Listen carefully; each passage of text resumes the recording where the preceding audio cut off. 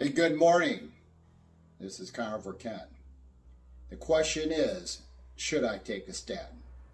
You would think that'd be an easy decision since I have a cholesterol level of 423 and my CAC score was 1144.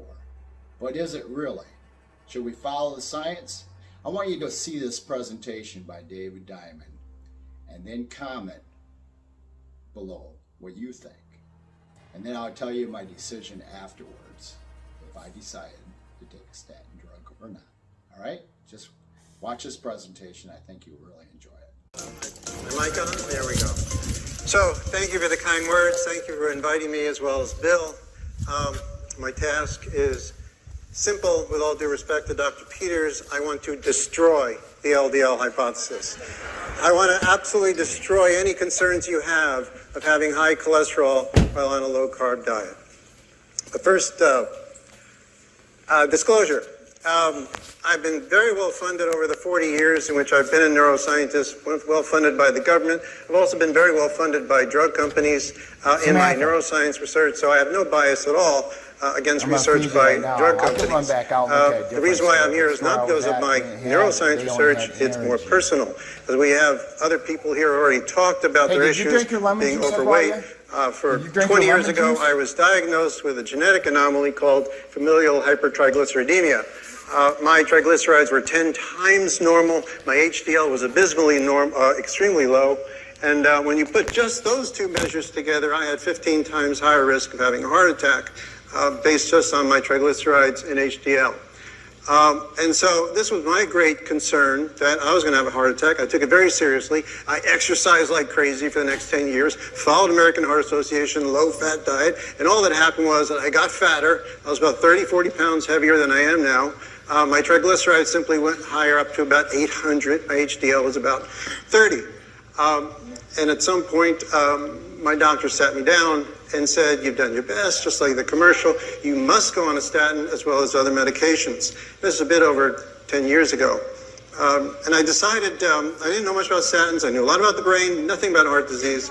And so what I've got to do is learn a little bit about it. I've got a degree in biology. And so I decided to learn about triglycerides and cholesterol and HDL and realized that I have been eating too much carbs. It's very simple. Carbohydrates converted triglycerides. So without taking any medication over the past 10 years, I've cut my triglycerides by 75%, raised my HDL, so I've been able to get my risk factors much more in line.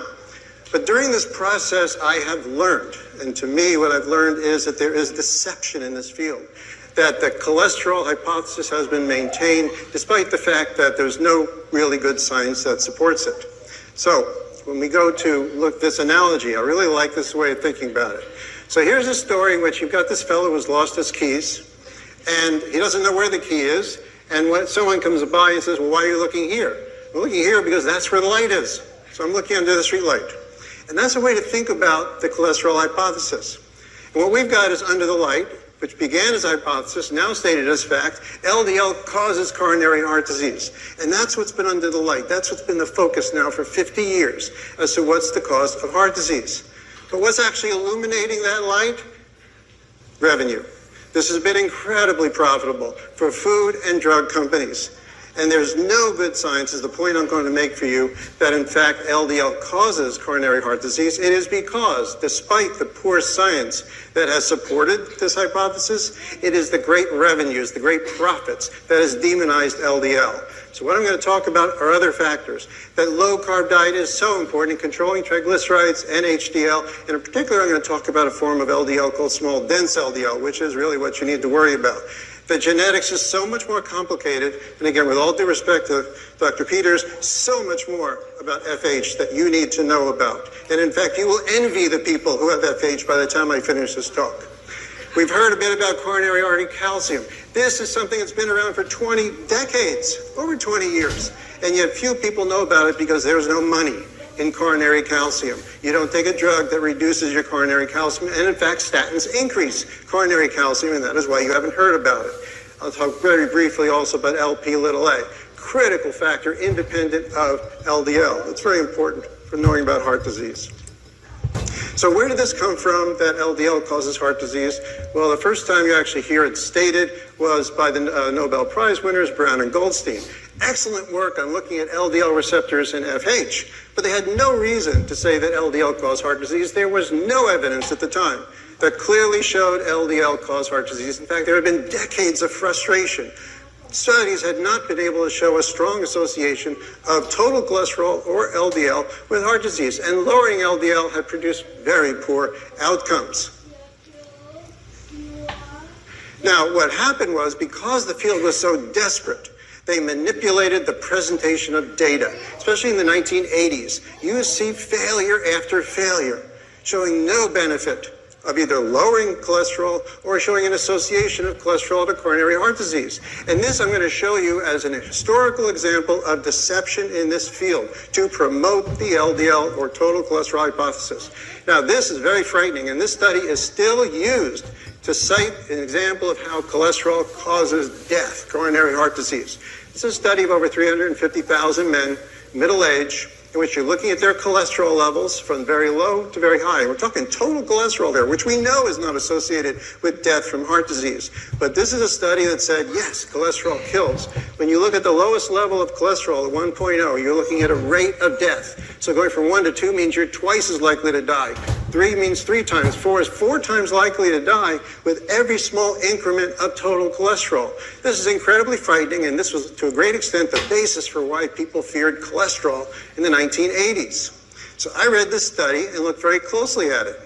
And what I'm going to show you are the actual same data from the paper, which I've now transformed to show you the raw data as a percent of people that did not die in blue, okay, for each level of cholesterol. So prepare yourself. Here we go. Same data to make the red bars and the blue bars. So these people were horribly uncooperative. Almost nobody died. And so you've got about 99% of the people did not die of coronary heart disease, and almost no all-cause death. So I'm just going to help you with a guide. What we've got here is a line at 99%. So about 99% of people did not die regardless of their cholesterol level. And yet from that, you have the red bars. How do they do that? Well, let's show how you can manipulate the data. What you actually have is the real data, 99.7% at the low cholesterol did not die coronary heart disease, and at the highest level of cholesterol, 98.7. So it's about 99% of the people did not die. Across the entire physiological range of cholesterol, the difference is only 1% in the rate of coronary heart disease, and no difference in all-cause mortality. So how do you convert 1% into basically 400%?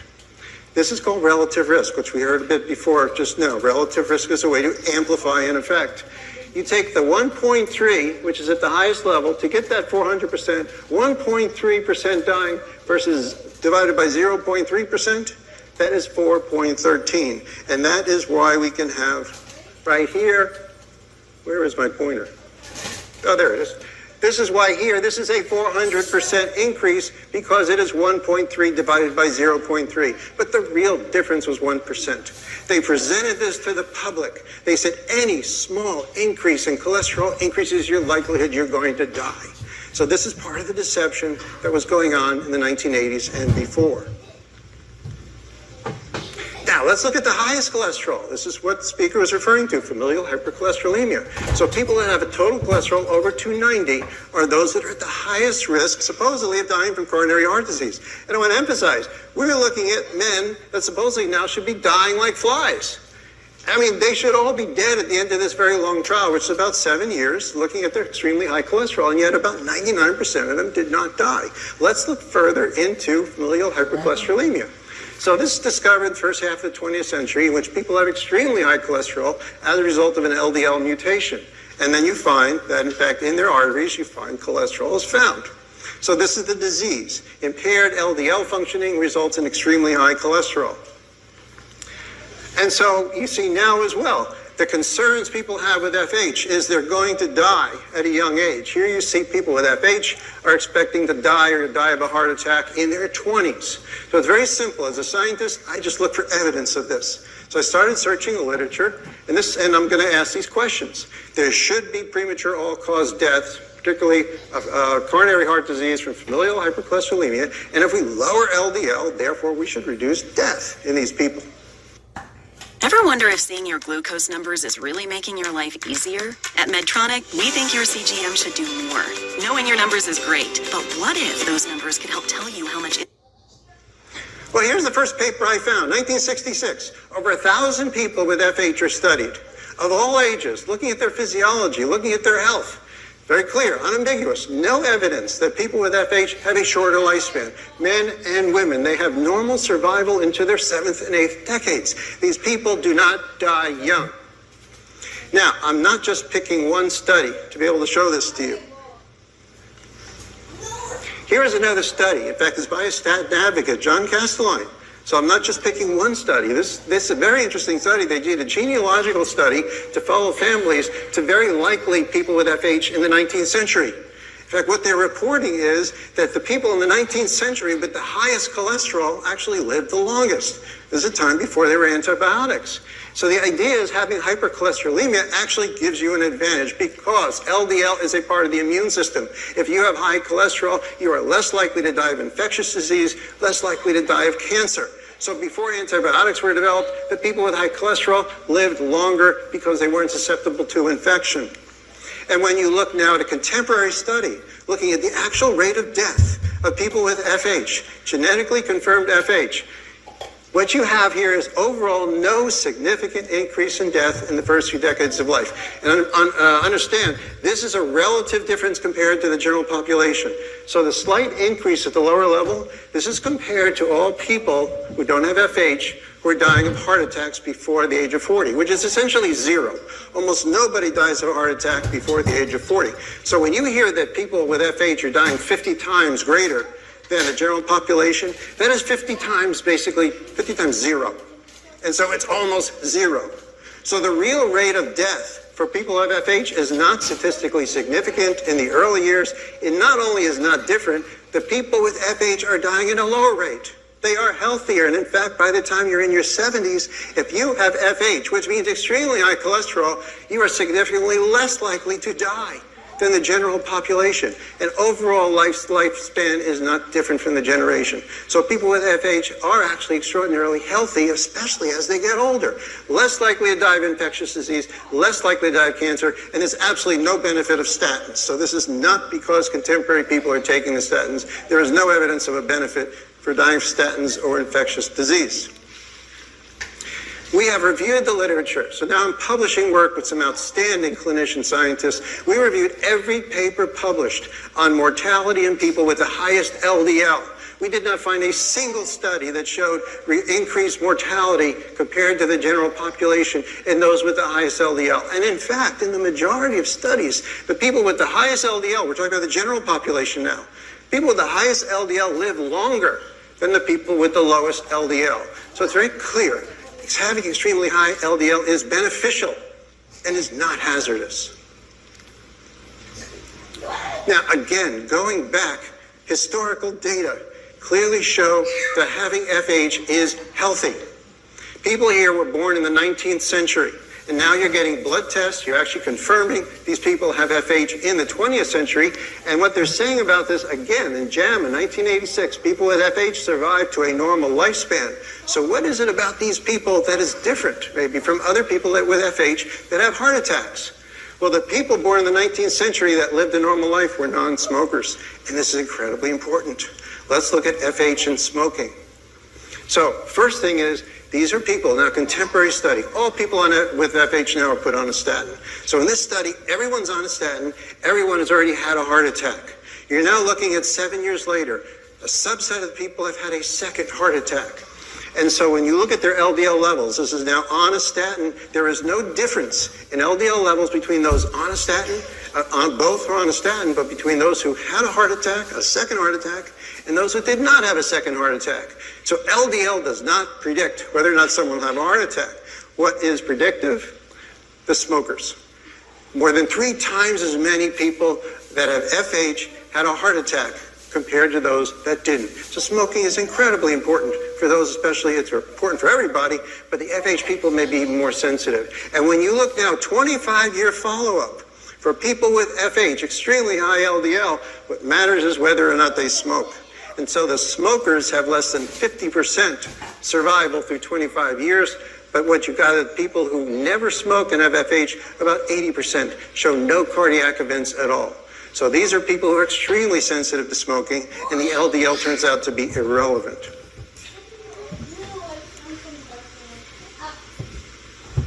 Another study, it's very important, again, staying with FH, because I want to not only destroy the LDL hypothesis, I want to destroy the idea that being FH is hazardous intrinsically.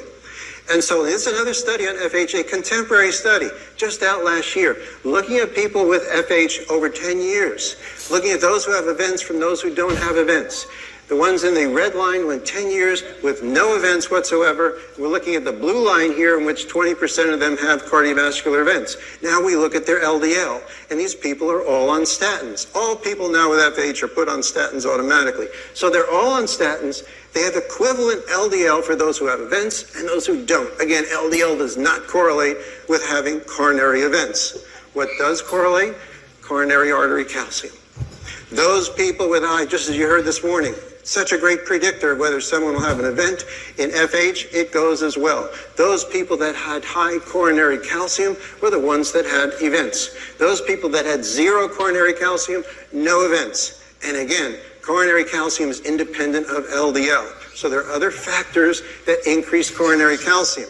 One factor out of this paper was the people who had high coronary calcium also had high fasting glucose. These are people that were pre-diabetic compared to those who had fasting glucose below 100. LDL is irrelevant. Fasting glucose is really what matters. Now, let's go back another historical study. What's good about this study is nobody's on statins because it was before they were developed.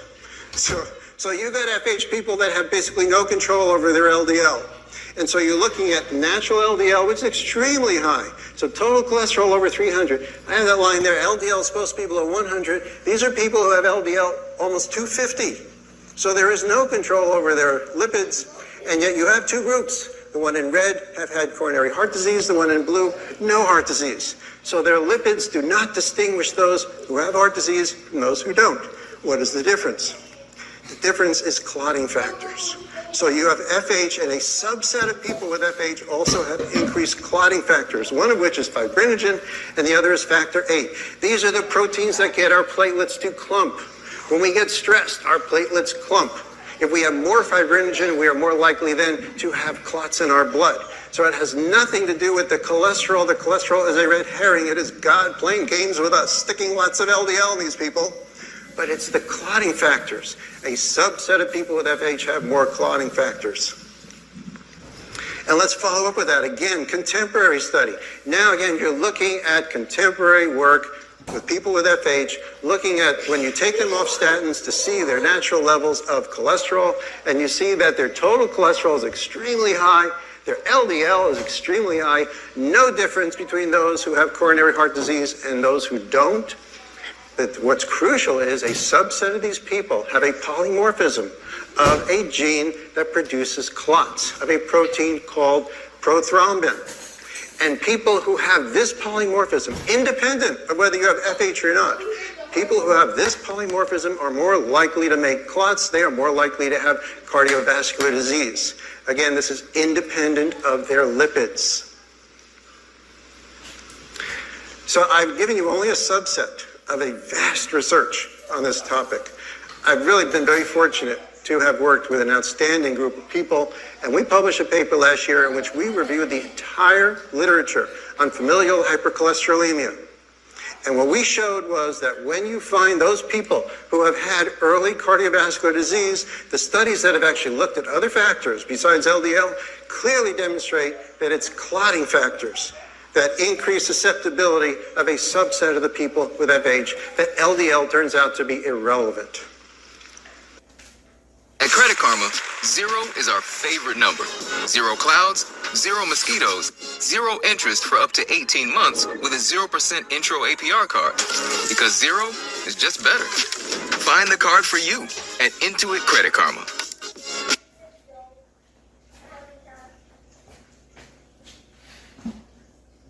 Some chew chews only last a month, but Bravecto lasts 12 weeks, nearly 3 times longer.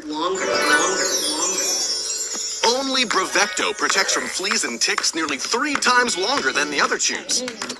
Hey, honey, make sure you That's eat chicken. 12 weeks of protection. Okay. Use with caution in dogs with a history of seizures or neurological disorders. With nearly 3 times longer protection, why use anything shorter? Bravo, Bravecto. Bravo. And again, for the general population, this doesn't just apply to FH.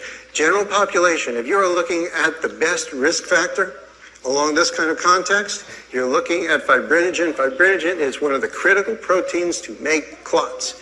And you see that there's a relation here between fibrinogen, independent of age, and coronary heart disease, increased coronary heart disease with more fibrinogen, as well as stroke. There is no relationship like this for any aspect of cholesterol. You do not see this kind of relationship for LDL, but you do see it for clotting factors, one of which is perhaps the most potent, is fibrinogen. And fibrinogen, again, is independent of our lipids. So to summarize a vast literature, which will be coming out with a review on this sometime soon, every primary risk factor for cardiovascular disease has a mechanistic link ultimately to clot formation as well as fibrinolysis, which is we make clots, we break up clots. You can interfere with breaking up clots, and that increases your risk. Or you accelerate clot formation, that increases your risk. So when you look around here, for example, stress increases adrenaline. Adrenaline increases platelet activation. Smoking increases platelet activation. Bacterial infection increases platelet activation. So these factors are all ultimately related to clotting. Familial hypercholesterolemia, it is the subset of individuals that have more clotting factors. So there are additional genetic risks in people who have familial hypercholesterolemia, and it is not LDL that matters. Now, we just heard about LDLP. LDLP is looking at the particle. So Dr. Peters mentioned how some people have discordance between the amount of cholesterol and the particle. So let's look closely at one of those studies. So the particle means that the actual structure has one protein, the ApoB protein, and you can measure that protein right here. So you got a single protein, so that's what's called the particle. Inside, you got a cholesterol, which can have different concentration. And the idea is, well, it's not the cholesterol inside that structure, it's actually the protein, it's the particle, it's the number of particles that matters. And here's the study that showed that. What you have here are people that have high particle level, but low LDL-C, and they have more events compared to people that have low particle. They have fewer events, but they have high LDL-C. So this is what the rationale for why I'm saying we need to target the particle. Because there's something about the particle that is causing cardiovascular disease. Well, I looked at this study because it's important to look at the data. When we look at the data, we find something really interesting about this so-called discordance. What I'm showing here is the people with high LDLP and low LDL-C, and I'm looking at a percent difference, a percent of how those people with high LDLP compared to the people with low LDLP. So just to kind of restate that, the people with high LDLP have 25% more LDLP than the people with low LDLP. And these people have less LDL-C. And these are the people that have more heart attacks, more coronary events. And that's what people talk about discordance. But let's look at something else about these people. What else is it about these people that makes them vulnerable? Well, let's look at everything when we see is the people who have high LDLP and low LDL-C have lower HDL, which we know is associated with heart disease, almost double the rate of type 2 diabetes, more metabolic syndrome, significantly increased triglycerides, more smokers, and more home IR. So these are sick people. This is the bottom line. These are people with metabolic syndrome. These are people clearly not like folks here. They're eating carbohydrates. They have high blood sugar, and they are smoking. They are unwell. Oh, and by the way, they have high LDLP. So if you develop a drug that targets the LDLP, what about the rest? This is an unhealthy milieu that you have. LDLP is just one more risk factor, but it's not causing the heart disease. Now, let's look further into LDL. So, is LDL completely innocent? Well, yes and no. When the liver packages the VLDL, which then goes into the bloodstream, and then you actually have LDL in the bloodstream. That LDL is called large buoyant LDL. This is what you actually have in your bloodstream that is providing energy for your entire body. And so as it's in the bloodstream, it looks like this. It is called large buoyant LDL. Now, in a condition in which you have high blood sugar and oxidation, that LDL gets damaged and eventually gets smaller and smaller until eventually it is called small dense LDL. Small dense LDL is damaged. It is damaged by oxidation. It is damaged by sugar, which is called glycation. And when it is damaged, it cannot even bind to the LDL receptor. So this is not natural LDL. This is damaged LDL. And this is what's really important. We need to distinguish large buoyant LDL from small dense LDL. Now, let's look at the people who have extremely high small dense LDL compared to those who have low small dense LDL. What else is different? These are the people that have high triglycerides. These are the people with metabolic syndrome. So small dense LDL is damaged LDL that you find with people that have high triglycerides and metabolic syndrome. If you have low small dense LDL, then you have very low triglycerides and you're much less likely to have metabolic syndrome. So it's very important to understand LDL gets damaged. And let's now look at events. So let's look at what happens in people who have high small dense LDL versus low small dense LDL. In this study following up over 10 years, the people who have the highest small dense LDL, again, meaning they're metabolically challenged, these are the people who have the most coronary events. People who have low level of small dense LDL have fewer events. So small dense LDL is basically in this playground in which everybody is sick. Small dense LDL is found in unwell people, people with high triglycerides, metabolic syndrome. What about the large buoyant LDL? There is no relation to coronary events in the natural LDL that comes out first from the liver as VLDL, ultimately becoming large buoyant LDL. When you look at events with people with high versus low, large buoyant LDL, which is the real evolutionarily produced LDL in our bodies, there is no relation whatsoever to coronary events. And let's look even further. Let's combine the two. This is a beautiful study because they asked the question between small dense LDL and large buoyant LDL, as well as LDL-C. So the people who had significantly high small dense LDL, as well had high LDL-C or had low LDL-C, it didn't matter. What mattered was that they had high small dense LDL. The people who had low small dense LDL, it didn't matter if they had high LDL-C or low LDL-C. There is no difference in events. So what's critical is the small dense LDL, and the way to think about that is that occurs in a toxic environment. The kind of environment that's completely opposite of what we're talking about here over a few days. With low blood sugar, low oxidative stress, you don't get small dense LDL, you have the healthy large buoyant LDL. So what happens when you go low carb? This is what's crucial for this group to know. What happens when you go low carb, you may have a slight increase in LDL-C, you may have a large increase in LDL-C, but as I've said, it doesn't matter. What really matters is your large buoyant LDL. Does that go up? That does reliably go up. This is your large buoyant LDL, which is a part of your immune system. This is a part of the immune system that helps you to fight infection, that helps you to reduce cancer. LDL works with white blood cells to kill pathogens. That is why people with extremely high cholesterol have less cancer, less infectious disease. So you are actually causing an increase in your large buoyant LDL as well as an increase in HDL when you go low carb. And other changes as well. Every change improves. I'm comparing this across a few studies to low-fat studies. And so low-carb diet blows away low-fat diet. I mean, that's a given. But when we look specifically, BMI drops, fasting glucose drops, insulin drops, HOMA-IR, triglycerides plummet, and let's go right here, small, dense LDL. Small, dense LDL drops in people, and this is just in a matter of months. When you go low carb, you are reducing small dense LDL, you are increasing large buoyant LDL, and the LDL-C is irrelevant. We'll also point out just a little bit LPA. LP little a is an incredibly important risk factor I think you'll be hearing more from Shobhan tomorrow about this, so I won't go into much detail. But there's a critical risk factor, cardiovascular disease. And this drops only on low-carb diet. It does not drop on low-fat diet.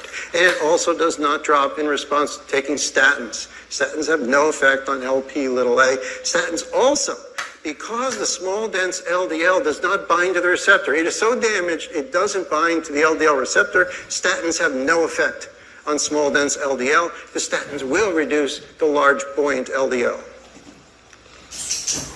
So now let's get to reducing LDL-C. I've given the argument for why LDL-C does not cause heart disease. So let's look at a few different categories of drugs that have been developed over the last few decades to be able to lower LDL-C. Of course, I have the statins, PCSK9 inhibitors, and we have another category you probably don't hear about much, CETP inhibitors, all through different mechanisms. CETP inhibitors block the transition from HDL to LDL, thereby increasing HDL, lowering LDL. The statins, of course, block HMG-CoA reductase, thereby blocking production of LDL. And the PCSK9s, I'll get into them as well. This is just a very brief statement summarizing a vast amount of work. Drug companies spent over $1 billion developing CETP inhibitors, which produce a huge decrease in LDL levels and also increase HDL. And it can all be summarized in this news report. This drug reduced LDL dramatically, which are calling dangerous. That's the bad cholesterol. Increased HDL, the good cholesterol. And this is just one trial in which finally the drug companies have given up on this category of drug, despite the fact that it lowers LDL and raises HDL. And so what did Steve Nichols said about this? We had an agent that did all the right things. It's a mind-boggling question. Why didn't it work? It produced absolutely no benefit whatsoever despite lowering LDL. Well, it's not a mind-boggling question. If you know that LDL doesn't cause heart disease, then you have a drug that very specifically lowers LDL. And that's why it didn't work, because LDL does not cause heart disease. And that's why drug companies spent over $1 billion and wasted it, because they targeted the wrong molecule. So now we get to statins. Okay, you got to control your cholesterol with statins. This is the myth that I want to destroy. So here is perhaps one of the most effective marketing strategies you will see. And this is the ad, and there's a study done about 20 years ago in which Lipitor lowered the rate of heart attacks by 36%. And this is what propelled Lipitor now to generate billions of dollars in revenue. So let's look at this study. What I'm showing here is in the Lipitor study, the percent of people that did not have an adverse event, like death is an adverse event. So the people who did not die, I'm putting here as survival, those who survived. So essentially, almost everybody survived. There's almost no death. And so what you're looking at is percent of people, like you go to the doctor and you say, what's the likelihood I'm not going to have a heart attack? Well, your answer is right here.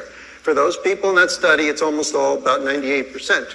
Well, remember, the ad said there was a 36% reduction in heart attacks. And it's a little, where's Waldo kind of thing. Where is that 36% reduction? Well, it's right there. You see, every time I show this, it's like baffling. Come on, seriously, it's right there? Yeah. It is right there. That difference is a 36% reduction in heart attacks. It's like, yeah. I get that look from cardiologists too. I said, come on, seriously? Yes, that is a 36%. And this is what's been going on for 40 years as far as how to present data on lowering cholesterol and heart attacks. So the actual difference from placebo to treatment is 1.1%. The actual difference is 1.1%. Between taking nothing and taking a statin, there was 1.1% less heart attacks, okay, between the two groups. But the ad says 36%. You say, how can you do that? Is that illegal? Are they lying? Well, there's a little trick you can do in which you can present data two ways. And so if you look closely at the ad, did anyone notice that blue font on the blue background? Kind of amplify it for you. I think the lawyers had them put this into the ad. In a large study, 3% of the patients on the sugar pill, the placebo, had a heart attack compared to 2% taking Lipitor. They're telling you the real difference is 1%. But the big ad says 36%. How can that be? Well, you take the 1.1% right here, that's the real difference, divided by 3%, which is the difference between 97 and 100. You ask why? Who cares? If you're marketing Lipitor, it doesn't matter. What you do is you take that 1.1, you divide it by 3 for no good reason. This is called relative risk. And then you've got 36%. And then you can put in your ads, Lipitor lowers the risk of having a heart attack by 36%. But the real difference is 1%. And so in truth in advertising, I think they should be required to show the real difference from placebo, which is 1%. Lipitor reduces the risk of heart attack by 1%. I don't know if people will be as enthusiastic about taking it. I don't know if cardiologists would be as enthusiastic about prescribing it if they thought it's only 1%. But, 1%, what the heck? But now, what I always get from people is, well, that's primary prevention. These are people who didn't have any heart disease to begin with. They always say, well, but statins really reduce its effects, reduce heart attacks for secondary prevention. Someone's already had a heart attack. And I always ask cardiologists, give me a best study, and let's look at it. So this is one of the best studies on secondary prevention with a statin. So this paper published in 2002 in Lancet looked at high-risk people, people who had high blood pressure, people who had high cholesterol. So now again, you're looking at the percent of people that did not have an adverse event. And again, it looks remarkably similar to what I just showed you, in which almost everybody in the placebo group did just fine. So maybe the best drug to give to somebody is give them a placebo. But let's actually look at one of the findings. So you do get about 3%. I mean, you'll get anywhere from 0 to 3%. This is secondary prevention. So it is not such a wonder drug in which you're curing everybody of having a heart attack. The real difference is 3.1% in looking at any major coronary event. You're not looking at death here. Any coronary event difference is about 3%. How is this presented to the public? Well, first of all, it's presented in the paper as relative risk. Whoa. You distort the data, you present it as a 27% reduction in relative risk. What's even more important is how does the trial director present this to the public? This is the news that came out from Rory Collins talking about this study. Statins are the new aspirin. Statins are the new aspirin, and we can reduce the incidence of heart attack strokes by 1/3. So he's rounding up to 1/3. We've gone from 27%, now reducing it to 1/3. But let's look even further. He's giving you numbers. Let's look at the numbers he's giving you. If we could just give statins to 10 million people, a man very well funded by the drug companies, by the way. If we could just give the statins to 10 million people, we would save 50,000 lives a year, 1,000 lives a week. And this is why people are so impressed with statins for secondary prevention. Imagine that. You prescribe a drug that will save 1,000 lives a week. Well, I did a little math. If you divide 10 million by 50,000, and I'll do this for you, you can check me later, it's 200. What does that mean? That means that you have to treat 200 people that have already had a heart attack to save one life. Why didn't he say that? The number needed to treat is 200. But instead, he's saying, well, let's treat 10 million to save 1,000 a week. But the real number needed to treat to save people who have already had a heart attack is 200. That means 199 of your patients will have no benefit whatsoever as far as cardiovascular mortality. People still say, okay, there's still a benefit of statins. There is that small benefit. At least 1% is better than nothing. And I would agree with that. 1%, 2%, 3% better than nothing if there were no adverse effects. There's clearly a story out there. I admire my colleague Asim Malhotra, who says Rory Collins is hiding the adverse event data. He has control over it. He has not shared it. But we don't have to depend on Rory Collins. There is a massive literature on adverse effects of statins, which I have reviewed. And here's just a subset. When you block cholesterol, you are blocking production of testosterone and estrogen and vitamin D, and you have just a range of adverse effects. And this is in the peer-reviewed medical literature. Not as Steve Nissen says, this is an internet cult that's talking about statin adverse events. This is in the medical literature showing a broad range of adverse events. It adversely affects the kidneys and the joints and the brain. Here are just some more papers showing adverse effects of statins. Now, I don't have time to go into each one, but they are substantial. Here is just one example. You will often hear about RCTs in which they don't find much diabetes. Well, if you don't look for it, you're not going to find it.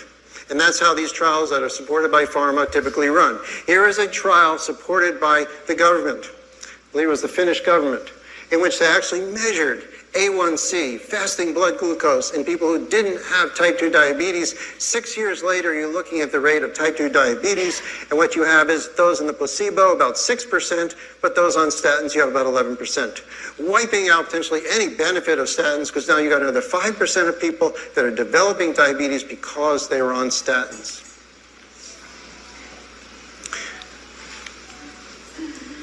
Now, it appears, most studies are done on men, it appears that women are far more sensitive to the diabetes-producing effects of the statins. Here's a very important study in which they looked at the rate of diabetes in subjects in these different trials. And what you find is that rate is proportional to the percent of women in the study. And so when you look at the highest percent of women in the study, which is the Women Health Initiative, which is all women, that had the highest rate of diabetes in those people treated with statins. So whereas the men, you have 5%, the women are even more sensitive to having high blood sugar, development of diabetes. You will also see in these studies, they say statins don't cause cognitive deficits. And again, it's because they're not looking for it. They just say, how do you feel? I feel fine. Okay, fine, no cognitive deficits. But in this study, you have older people, which appear to be much more vulnerable to statins. So people in their 70s that have reported to their physician that they're having memory problems, and they're on statins. So this is a study in which these people who are having what is diagnosed as early dementia are now under physician control, working with their physician. They go off their statins, and within weeks, their memory improves significantly. And those same people are now put back on the statins, now with the re-challenge, and their memory impairs again, all with statistical significance. And we have also published other work showing that the statins that have access to the brain, so only a subset of statins can get into the brain, and the brain has to produce its own cholesterol. Those statins that get into the brain impair memory. They have the highest rate of reports to the FDA adverse events involving cognition. So the statins, particularly Lipitor, can get into the brain. It stops the brain from producing cholesterol, which stops the brain from producing new brain cells and impairing memory. I've actually had a change in my career. I'm no longer just seen as a neuroscientist. I've been publishing this work long enough that now I'm asked to review papers on statins, and I was asked actually to write a commentary on a paper that was supporting statins for primary prevention. And so, along with my colleagues, we reviewed the literature on statin adverse effects. We found 60 papers describing extreme statin adverse effects with statistical significance. Different levels in which we wrote about. The perceived adverse effects. People feel like crap when they're on statins. And so we reported that. People have less energy. They have joint pain. They have muscle pain. They have memory problems. And then we have also delayed effects in which it changes your physiology and possibly producing neuromuscular diseases. Let's finish now. Look at PCSK9 inhibitors, which we just heard about. So this is all the latest rage, in which you have a different mechanism from statins, in which with the PCSK9 inhibitors, what you're doing is you're interfering then with negative feedback. What you've got is after the receptor binds to LDL, it then goes into the cell and disintegrates. This is a natural negative feedback we have in our cells. But the PCSK9 inhibitors interferes with that natural process and the receptor comes back up. So you're increasing receptor density. You're increasing the number of receptors, therefore they can bind with more LDL, so they pull more LDL into the cells. And cardiologists are just giddy about this. Isn't that great? You can plummet LDL 60%. Well, realize something. That LDL is not disappearing. Where is it going? It's being pulled into the cells. You are blocking negative feedback, a natural process. So those cells are now getting filled with cholesterol. And so, yeah, if you look only a year and a half, you may not have a problem. I mean, if you look only a year and a half after you start smoking, you won't see any lung cancer either. But 5, 10, 15 years down the line, all that cholesterol clumping inside of people's cells, very likely it's going to be producing harm. So I wouldn't touch any of these drugs that are causing the cholesterol to clump inside my cells. And also, another reason, there are some benefits. You are seeing 1 to 2%. That 15%, with all due respect, Dr. Peters, that 15% that she said was relative risk. The real difference is only about 1 to 2%. And there is really no cardiovascular mortality benefit. So there's a small increase in survival very small change. But what's really important is the PCSK9 inhibitors, unlike statins, will also reduce Lp(a), which is really important. So it may have nothing to do with LDL as far as reducing risk, taking this drug. It may have everything to do with reducing Lp(a). So it's a completely different mechanism. So once again, LDL is not causing the heart disease. The only reason why these drugs may have a slight benefit is because they're reducing Lp(a). If you remember from that other slide I showed, low-carb diet reduces Lp(a) just as much as the drugs. I want to finish with something, actually, and Amy Berger is going to talk about this, and it's something I study with the brain as well. There is a genetic susceptibility to develop Alzheimer's disease, and this is a polymorphism of the ApoE gene. So if you have an ApoE4 gene, one gene, you are more likely to develop Alzheimer's. If you have a double gene, if you're homozygous for ApoE4, you're like 40 or 50 times more likely to develop Alzheimer's disease. Well, another thing about FH. FH is seen as an LDL disorder. Well, what I found is people with FH, again, the LDL disorder, are significantly more likely to have this susceptibility gene, the ApoE4. And they are 8 times more likely to be a double ApoE4. And this is on a different chromosome than the LDL anomaly. My point is, first, that FH is more than just LDL. These people can have very different genetic anomalies which then contribute to heart disease, including the coagulation.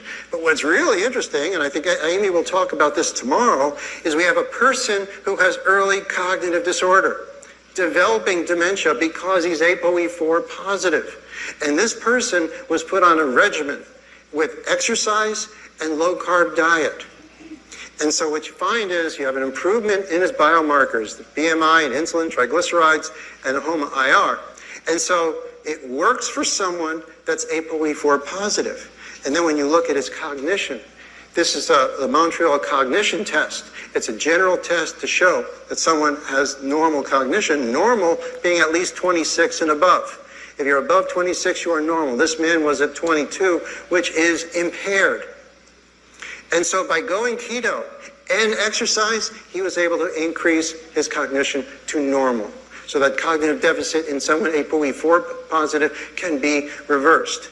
So this potentially is very relevant to FH, because it means if someone with FH goes on a ketogenic diet and exercises, they're not going to have to worry about small dense LDL, and they're actually going to be superior to everybody else. They're going to have the high LDL, the large buoyant LDL, which will make it less likely they get cancer and infectious disease. And they're not going to have to worry about cardiovascular disease because they're ketogenic and they're also exercising. So as we bring this to a close, the cholesterol hypothesis, I've tried to explain to you in this brief time, it's been under the streetlight because it has been profitable. There has been no good science that confirms LDL causes coronary heart disease. This is just simply wrong. LDL does not cause coronary heart disease. The medication has produced meager benefits, and there are clear, well-established adverse effects of the statins as well as the other kinds of drugs. What we need to focus on, low-carb diet. When you go low-carb, you're improving all biomarkers. The triglycerides, the HDL, you're reducing the small dense LDL. We need to realize for someone that has FH, they need to minimize clotting. Lp(a), very important, which when too high dramatically increases risk for heart disease. Lp(a) is reduced by low-carb diet. Coronary artery calcium. This is an incredibly important topic we heard about early today. Statins increase coronary artery calcium. There is no medication right now that's been shown to reduce coronary artery calcium. My prediction is that when someone goes keto diet, or at least low-carb diet, they will reduce that progression of an increase of coronary artery calcium. If you would like to learn more about this, there's a fantastic book out there. I have a chapter in it, and I like to quote Isaac Newton, who said he could see further because he stood on the shoulders of giants. I feel the same way. There's so many people I am grateful to that I have learned from, and a good subset of them are in this book. Fat and cholesterol don't cause heart attacks, and statins are not the solution. I thank you. Here's my decision. No way. I am not going to take a statin. I am an optimizer. I am a low carber. I've been carnivore for 22 months. I've lost all my belly. I work out every day. I do high intensity exercise, resistance training. I do saunas. I catch a lot of sun outside in good old Mother Nature. I decide I'm not taking a statin. I'm going to be 64 next month. And I'm just not going to take a little statin when I start having those side effects. They're going to give me a nerve drug for this. I don't see the benefit, all right? That's my decision. You have to make up your own, though. None of this is medical advice from me, because I'm just a guy on YouTube. You should follow what your doctors tell you to do. I'm not, but you should. Anyways,